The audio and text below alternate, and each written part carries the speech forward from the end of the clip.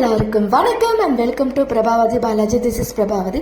இன்னைக்கு ஆடி பௌர்ணமி, அது மட்டும் இல்ல ஆடி தபசு, ஹயக்ரீவரோட வழிபாடு மற்றும் குரு பூர்ணிமாவும் கூட.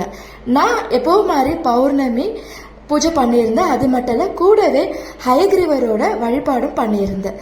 இந்த ஹயக்ரீவர் வழிபாடு பார்த்தீங்கன்னா, ஒரு முறை அசுரர்கள் வந்து பிரம்மதேவனிடமிருந்து வேதங்களை கவர்ந்து சென்றனர்.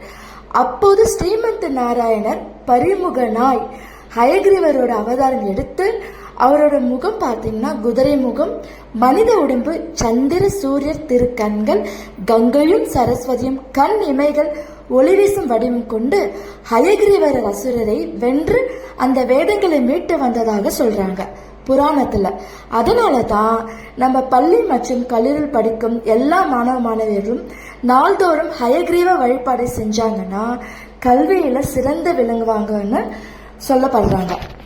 நான் வந்து வீட்டில் வந்து பார்த்தீங்கன்னா பௌர்ணமி வந்து எப்பவுமே நம்ம வீட்டில் பூஜை பண்ணுவோம். ஸோ இன்னைக்கு ஆடி பௌர்ணமின்றதுனால கொஞ்சம் ஸ்பெஷல் தான். ஸோ அதனால் வந்து பார்த்தீங்கன்னா நான் ஜவ்வரிசி பாயசம் தான் பண்ணியிருந்தேன். என்னால் முடிஞ்சது. குழந்தைங்களை வச்சுட்டு பண்ண முடியலையே, இந்த அளவுக்கே பெரிய எனக்கு ரொம்ப கஷ்டமாக போச்சு. ஏன்னா அடம் பிடிச்சிட்டே இருந்தாங்க, லீவு வேற இல்லையா ஞாயிற்றுக்கிழமைன்றதுனால. அதனால வந்து கொஞ்சம் சிம்பிளாக தான் பண்ணியிருந்த பூஜையும். ஸோ எனக்கு தெரிஞ்ச கோலம் வாசலை கிளீன் பண்ணிட்டு கோலம் போட்டிருந்தேன், கலரும் கொடுத்துருந்தேன். எப்படி இருக்குன்னு பார்த்து சொல்லுங்க. அதுக்கப்புறம் ஒரு விளக்கும், ஸோ அங்கங்கே பூவும் டெக்கரேட் பண்ணி நான் வாசலை டெக்கரேட் பண்ணிட்டேன். ஸோ அதுக்கப்புறம் வந்து பார்த்தீங்கன்னா பூஜை அறையில் இருக்கிற பூவெல்லாம் ஆல்ரெடி போட்டது எல்லாமே எடுத்து வேற பூவையும் மாத்திட்டேன்.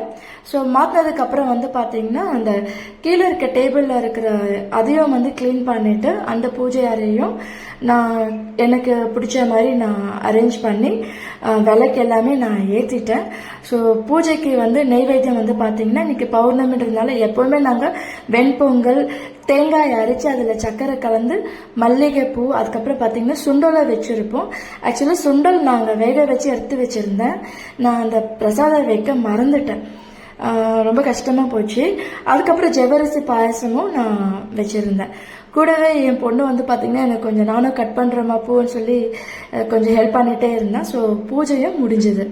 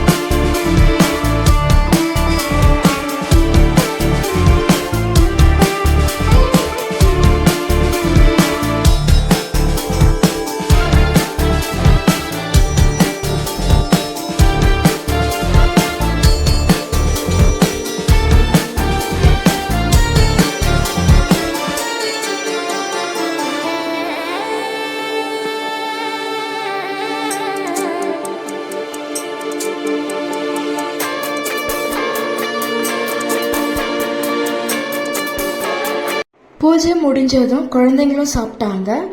ஹயக்ரீவரோட வழிபாடு எல்லாருமே பண்ணலாம். படித்தவங்க தான் பண்ணணும், படிக்காதவங்க பண்ணக்கூடாது அப்படியெல்லாம் கிடையாது. எல்லாருமே கடவுளை வழிபடலாம். இந்த வீடியோ பிடிச்சிருந்ததுன்னா லைக் பண்ணுங்க, ஷேர் பண்ணுங்க, சப்ஸ்கிரைப் பண்ணுங்க. மறக்காம எனக்கு சப்போர்ட் பண்ணுங்க.